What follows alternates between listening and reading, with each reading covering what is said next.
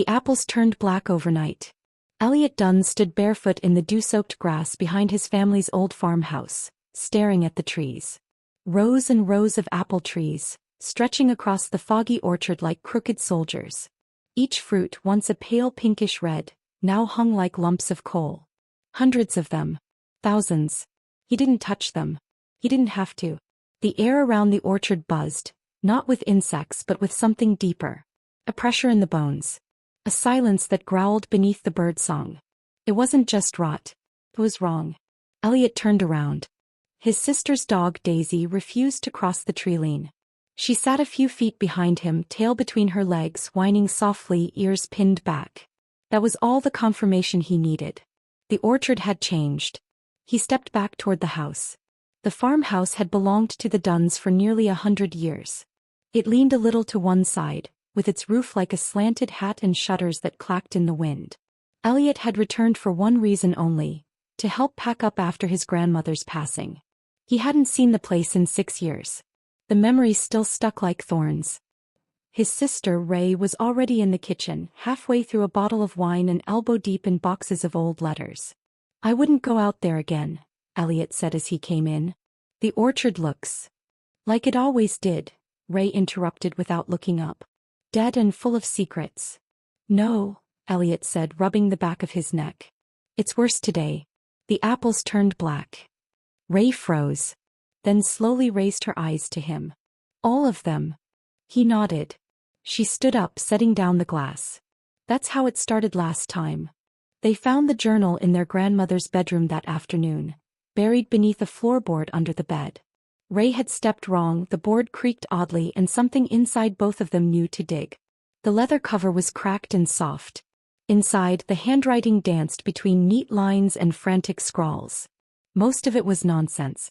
Or it seemed like nonsense. Dates and diagrams, cryptic notes like, "Mirror faces only bloom after the third crow," and "Don't speak to them if they smile with too many teeth." But 2 pages caught Eliot's attention. A sketch of the orchard, and beneath it, "When the apples blacken, don't eat the sky." And next to that, a list of names. All crossed out. Except 2. Eliot. Ray. Ray stared at the page. She knew. Knew what?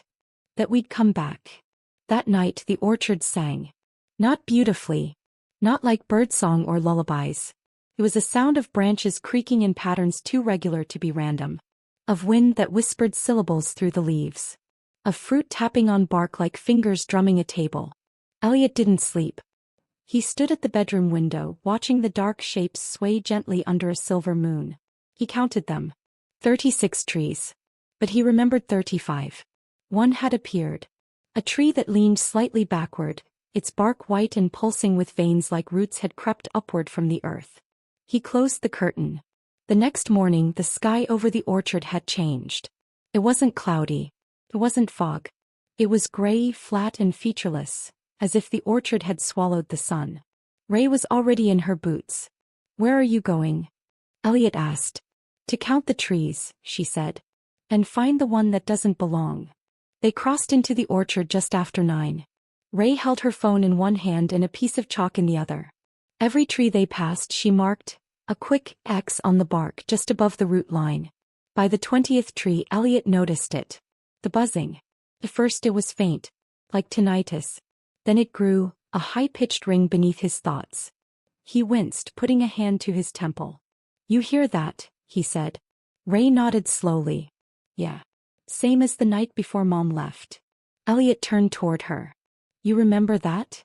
"Every second." They pressed on. The 34th tree was taller than the rest.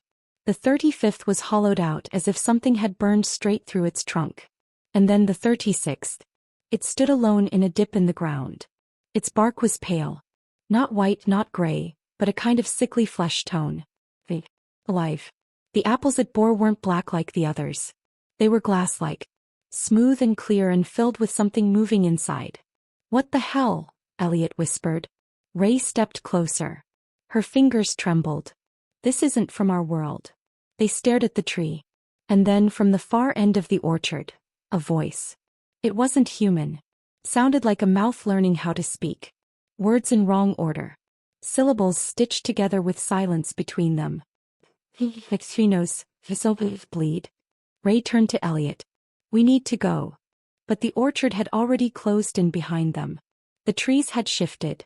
And now there were more than 36. The trees had moved. Eliot could feel it, not just in the aching shift of the branches around them, but in the strange tilt of the light, as though the orchard had rotated slightly off the axis of the world. There were no paths now. Only trunks. Only roots. Only eyes. Dozens of eyes. They were not in the trees, not exactly. They were the trees. The knotted hollows, the rings in the bark, the spaces between the leaves. Somehow they watched. Every breath the siblings took felt witnessed. Backtrack, Ray said quickly, gripping Eliot's arm. We marked them. Just follow the chalk. They turned and rushed back the way they came. But the first tree they passed had no mark. Neither did the second. The third had something carved into it, but it wasn't Ray's chalk X. It was a circle with a vertical slit through the middle. Almost like an eye. Almost. Ray's voice was barely a whisper. It erased them. No, Eliot said. It replaced them. Then came the sound again, branches rustling with purpose. A scrape like bone on bark. The orchard was not just watching now. It was waking up. They ran. Between the rows, over roots that writhed like fingers. The buzzing in Eliot's skull grew louder. No longer just noise but words pushing into him like needles. We remember. You forgot. You broke the pact. He didn't know where he was going. The orchard didn't end. The sky was gone. No clouds, no sun, just a pale ceiling of breathless gray. The world narrowed. They finally stumbled into a clearing. It was circular. Dead grass at the center, and at the middle of that, a stone well. Covered in moss. And next to it a figure. It looked like a man. But not quite. His proportions were slightly off, shoulders too wide, arms too long. His skin was gray like the sky. And his face wrong.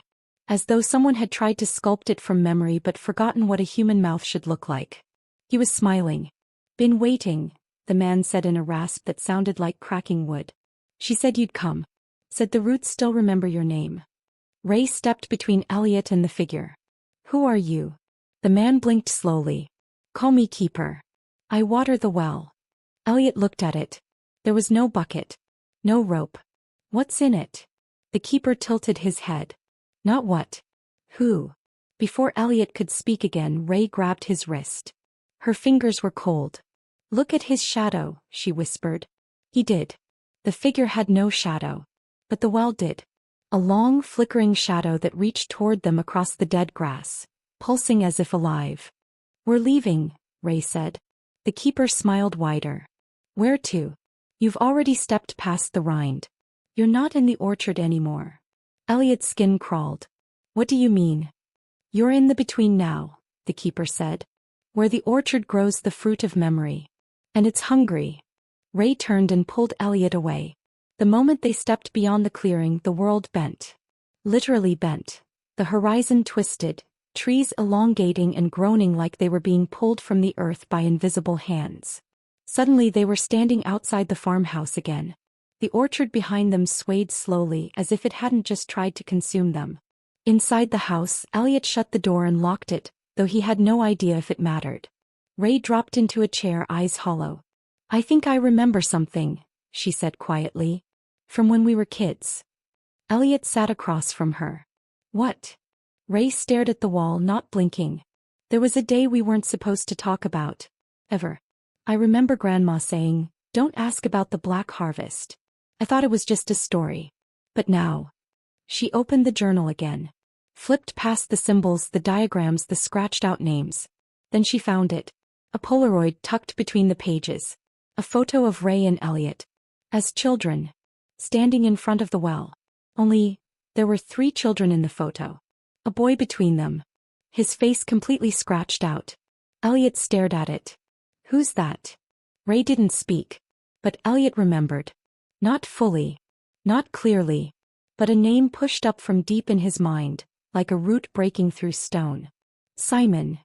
The moment he said it, the buzzing in the walls returned. A groan from the orchard. Something had heard. They spent the rest of the night in silence. And when Eliot finally slept, the dream came. He stood in the orchard again. But it was older. Wilder. The trees bore golden fruit, glowing faintly. And at the center stood Simon, smiling. "You left me," Simon said. "But I never left the tree." His voice was hollow, like something speaking from behind a wall. "You forgot me." Eliot tried to answer, but no sound came. Simon held out his hand. In his palm, a glass apple filled with dark liquid. "It's your turn now," he said. "The roots need blood." Eliot woke up screaming. It was morning, but the light outside was wrong. Orange. Dim. Like firelight behind smoke. He stood. Ray was already by the window. "Come look," she said. The orchard was moving. The trees had shifted again, but not randomly. They'd rearranged into a spiral. At the center, a new structure had appeared. A doorway made of branches wrapped in bark and bone. Through it, nothing but darkness. Ray turned to him. "I think it's calling us." Eliot nodded. "We're not done," he said. "Not until we remember everything." The orchard did not wait. By the time Eliot and Ray stepped outside, the trees were humming again. Not loudly, the sound was low, like a distant chant whispered underground. Every leaf shivered, every branch turned just slightly inward, as though the entire orchard were breathing. The spiral path had solidified overnight. Winding between trunks and roots, it led them to the doorway of branches. A warped arch twisted from living wood, creaking as if it protested their presence. The sky was no longer gray. It was bleeding. Long streaks of red and ochre flowed across the heavens like wounds in the air. No clouds. No sun. Just a rippling ache above them. Ray stepped through the doorway first. Eliot followed. They emerged into darkness, but not the absence of light. More like the presence of something else. The space smelled of wet soil and old paper. Trees still surrounded them, but thinner now, taller, reaching like fingers toward a ceiling that wasn't there. And ahead, a house. Not their farmhouse. This one was wrong. Too tall. Too narrow.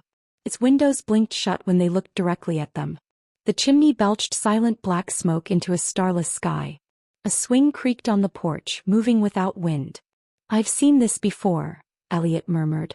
Ray stared at it. "Me too. In a dream." As they approached, the door opened before they could knock. A child stood inside. No older than 10. Wearing a red sweater. Black curls. Pale eyes that didn't quite seem real. "Simon." But he didn't speak. He turned and walked into the house. They followed. The inside was impossibly vast. More a museum than a home. Hallways that twisted like intestines. Stairs that led to nowhere. Portraits of people without faces. Rooms that repeated themselves. They found themselves back in the front hallway 3 times, though they never turned around. The 4th time the house changed. A bell rang from somewhere deep below. Then came the whispers.